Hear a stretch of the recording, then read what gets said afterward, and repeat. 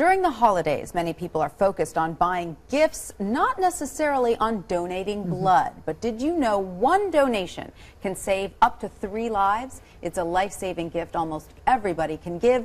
And here to share more on this very important topic is Dr. Danica Moore. Dr. Moore, great to see you again. Thanks for being here. Thank you. So tell us why it is so important to not forget about giving blood during the holiday season. Well, unfortunately, our donations are down during the holidays because people are all preoccupied with doing other kinds of gift-giving activities, and also our demand is up. We have bad weather during this season, so there's an increased risk in car accidents. Of course, people are driving under the influence of alcohol, and it's cough, cold, flu season, and people don't realize that they shouldn't be driving if they're taking antihistamines.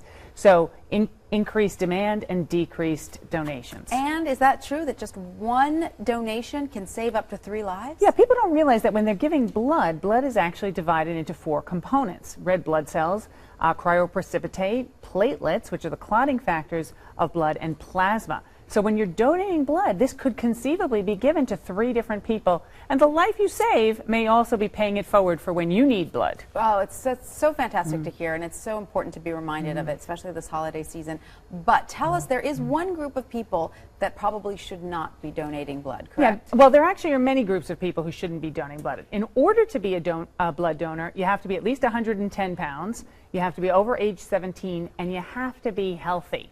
So the healthy area is, it rules out people who have current infections, so cough, colds, flu, people whose doctors have told them not to donate blood, people who are anemic or have a low blood count, or people who have infectious diseases. So just last week, the FDA advisory panel recommended that people with chronic fatigue syndrome be added to the list of people who should not donate blood. And this is very interesting for a number of reasons. First of all, for years, we've sort of not really known what kind of disease CFS is, although it's a neuroimmune disorder that can be extremely debilitating. So the first reason we don't want people with CFS to donate blood is it's not good for their health. We don't want them doing anything which will weaken them conceivably, even temporarily. But the bigger concern that the FDA panel had is we now have sufficient evidence that links chronic fatigue syndrome to an infectious etiology. So there's been a lot of research, particularly from the Whitmore-Peterson Institute in Nevada, connecting chronic fatigue syndrome with a retrovirus called XMRV, which we've talked about quite a bit on this show.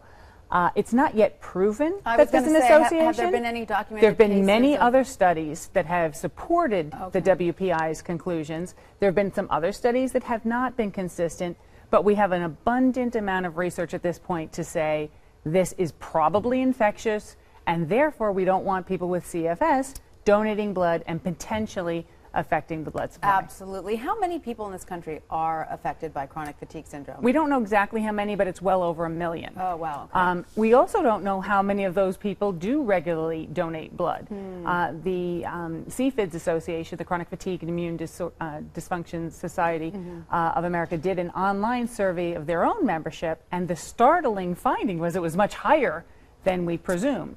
They found that 115 out of 640 people who had a diagnosis of CFS had donated blood in the past year. Now, did they then follow any of these donations to see if any of the recipients?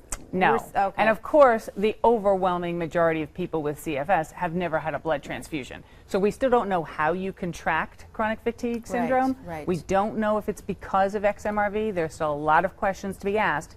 But what this says definitively to the medical community and to the CFS community is we believe that this is a disease that has an infectious component, and all of those rumors and myths about, oh, it's all in your head, or that this is depression, are laid to rest. Absolutely. Certainly groundbreaking for those who suffer from it, and a big relief, I'm sure, to hear that how seriously it's now being taken by the medical community. And we don't want anyone to misinterpret this news as thinking that the blood supply is contaminated, and we certainly want to lay to rest any myths or rumors that you could contract anything if you donate blood. Every time you donate blood, the needle, the syringe, the packaging is all completely new, and you might just get a little lightheaded for a few minutes. That's about it. Now, what is the type of blood that is most in demand? The most in demand is the type you don't have when you need it. So we want people with all blood types to donate. Of course, O negative is the universal donor. But the types we run out of most often are O and B. But right. everybody should really think about donating. We know that there's about 37% of the American population are eligible to donate, and only about 10% of those people have. Thank you so much, Dr. Danica Moore, for all that very important information. And again, for more information on how you can add giving blood to your holiday to-do list, we know it's already busy, and to learn about this topic and others, log on to the health page at abcnews.com for the latest health news.